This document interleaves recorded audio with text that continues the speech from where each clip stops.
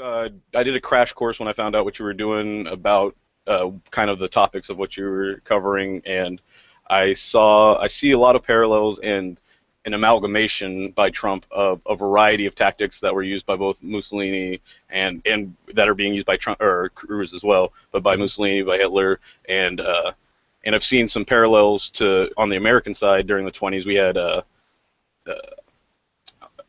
Warren Harding, became president, and Hmm. there's a lot of similarities there in where Hillary stands as being he was a Republican at the time, but obviously before Nixon and So is all that, Hillary. What are you talking about?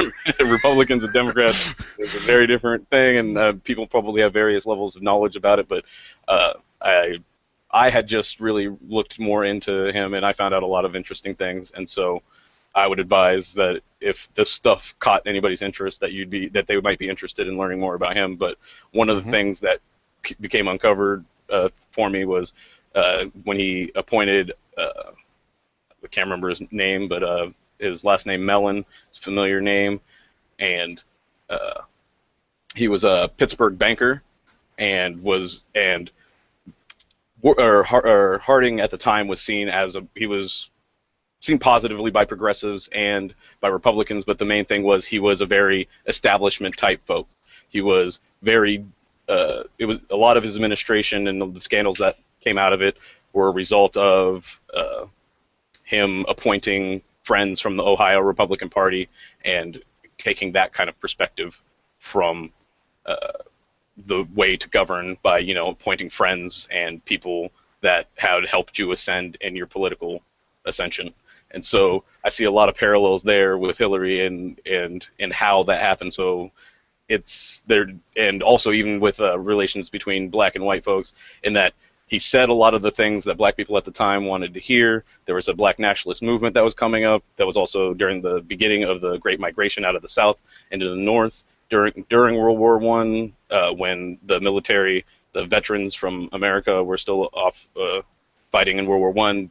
Black folks came in and filled in a lot of the manufacturing jobs. Detroit saw a 500% increase in black population.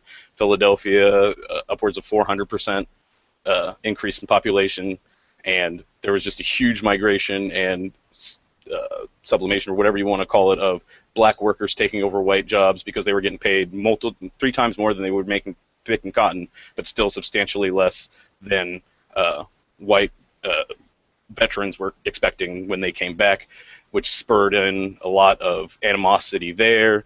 And so the moderate perspective of just saying, okay, we're different, we're not going to get along, we can live basically separate but equal, was was well received both by black and white people at that time. Yeah. Just because when the reintegration of those folks come on, that's also the time of the Chicago race riot, and so Yeah. which had a lot to do with that re-meeting of white veterans that hadn't had any of the health care that they needed, the mental health care to go from being soldiers in trench warfare to being civilians in downtown Chicago. And so you saw a lot of that violence erupt, and in a lot of ways, and it was spurred on by a lot of people that saw political advantage in uh, inspiring those folks to be uh, what they were, I guess, violent Yeah. and active. I didn't mean to rant too much. That was kind of It was a good and very informative rant. I would suggest, as Richard said, that if you want to take a historic look at Hillary, take a look at Warren Harding. I gotta say that there are some very interesting parallels there. So we have a YouTube comment from Upstate Radio.